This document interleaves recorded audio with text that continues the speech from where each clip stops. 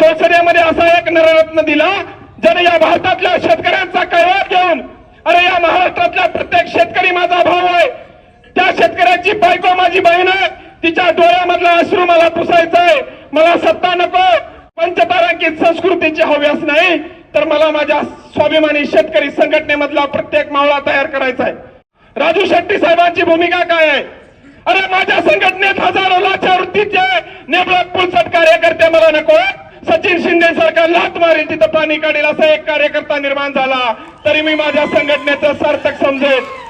अरे असे अनेक निष्ठावंत मावळे राजू शेट्टी साहेबांनी आपल्या आयुष्यामध्ये कमावले.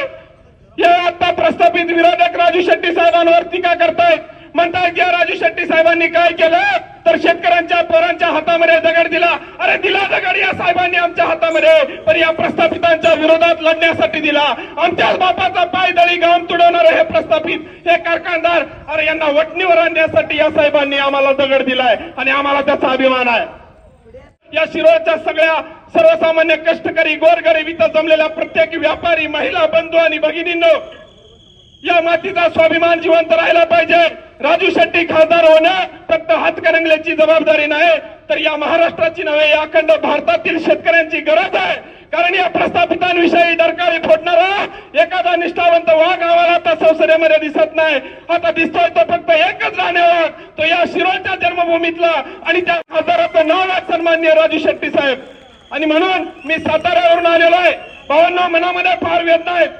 अरे मनामध्ये असून देखील या नेत्यासाठी आम्ही मतदान करू शकत नाही. आम्ही काय करू शकतो तर या हातकणंगल्याच्या जनतेला जाऊन हात जोडून सांगतोय, भावांनो, म्हातारी मेल्याचं दुःख नाही परंतु काळ फार सोकावतोय. आणि म्हणून हा काळ जर सोकवायचा नसेल तर येत्या 7 तारखेला आपल्याला चिठ्ठी या चिन्हासमोरचं बटन दाबून हा नेता आपल्याला संसदेमध्ये वाजत गाजत पाठवायचा आहे. या शिट्टीचा हुंकार यंदा संसदेमध्ये घुमला पाहिजे. आपल्या पाईपावण्यांना सांगा, आपल्या मतदारसंघातील प्रत्येक शेतकऱ्याला, कष्टकऱ्याला, प्रत्येक जनतेला त्याचा स्वाभिमान जागृत करण्यासाठी आता उरलेल्या 5 दिवसामध्ये युद्ध पातळीवर कामाला लागला. आणि मग पहा, येत्या 4 जूनला गुलाल आपलाच असणार आहे. आणि म्हणून हा स्वाभिमान जपण्यासाठी भावांनो पुन्हा एकदा माझ्या सोबत आरोग्य स्वाभिमानी शेतकरी संघ